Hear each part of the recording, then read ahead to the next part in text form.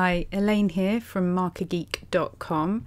Today I've got a video for you featuring one of the new Mama Elephant stamp sets, the Bunnies Hop. I love Mama Elephant. I don't get to use their stamps quite as often as I'd like because I'm often busy with my Stamping Bella design work. But I really enjoyed sitting down and colouring up this adorable stamp recently. I filmed the process, as you can see. I stamped the bunnies using My Favourite Things Extreme Black ink on Make It Colour blending card so that I could colour with my Copic markers. I've listed the Copic marker colours used up in the top left corner of the video for you. Mama Elephant have a few of this style of stamp now with this sort of lineup of cute characters. They've got a snowman one, which I don't actually have, but they also have a dog one and a cat one, both of which I have, and I'm planning on colouring both of those up soon. I have already done the dogs, but I didn't film it, unfortunately. So on this one, I started out by stamping the bunnies and then I masked them so that I could do that distress oxide background that you can see in purple. I love doing that. It's a really nice way to create a striking background without having to use up an entire marker in the process. Plus it's much faster. And I wanted to concentrate on the Copic colouring of the bunnies. I'll probably show the ink blending process in another video soon where I'm planning on doing a full card making video, which is something a bit different for me. So onto the colouring. As you can see, I'm currently colouring with some warm greys. I approached the colouring of this stamp by taking a colour combination and then colouring a few of the bunnies across the image using that colour combination, which kind of, on a stamp this detailed and sort of complicated with so many different little characters and details, breaking it down this way makes it a little bit faster and a little bit easier to see what you're doing. At least for me, it makes the process a little easier and quicker, where I'm not getting bogged down in trying to decide which colours to use next.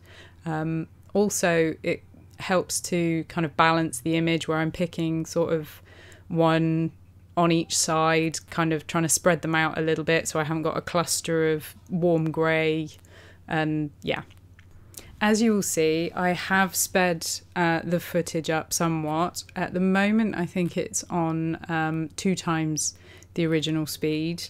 I do speed it up.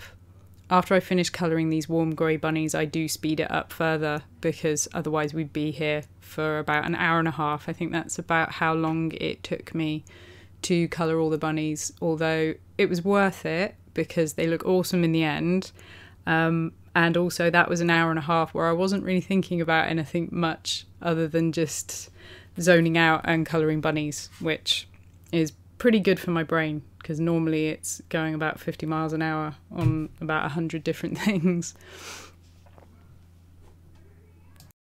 In fact, I found colouring these bunnies so therapeutic that I actually coloured them again, and I've got a pink version of this card. You can see both cards on my blog, in the blog post with this video. They're pretty similar. I just created a yellow and pink distress oxide background for the other one.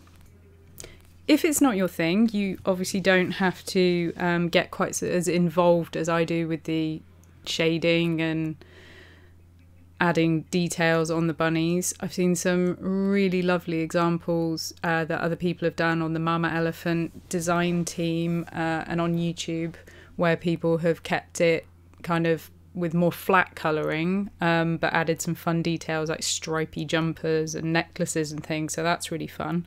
So the stamp set really works nicely for more detailed, time-consuming colouring or for something a little bit faster.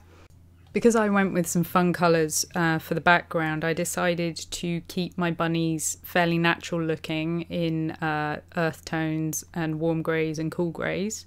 But you could absolutely use some really fun colours and have some really funky looking bunnies. I think that would be really fun. One thing I'll mention about the Distress Oxide background, actually, I did, as I mentioned before, stamp this on my Copic friendly paper, the Make It Colour blending card. This isn't the card or paper I'd normally use with Distress Oxides or Distress inks. It works better with the Distress Oxides because they're creamier and more forgiving due to the pigment properties. But it does work, and I knew I wanted to make this make the background and the stamp layer one layer. The card itself isn't one layer, but I wanted to mask and stamp and have the background on that same layer. So I knew that I wanted to add the Distress Oxide onto the Make It Colour blending card, which works fine. You just have to, as you can see, I've used water in a water mister to create that oxidized sort of background with the splatters, which is one of my favourite things about the Distress Oxides and to a certain extent the Distress inks. It's a really fun touch to a background. On the Make It Colour blending card, you do have to be quite careful because it is a smooth paper which is alcohol ink friendly but not so water friendly.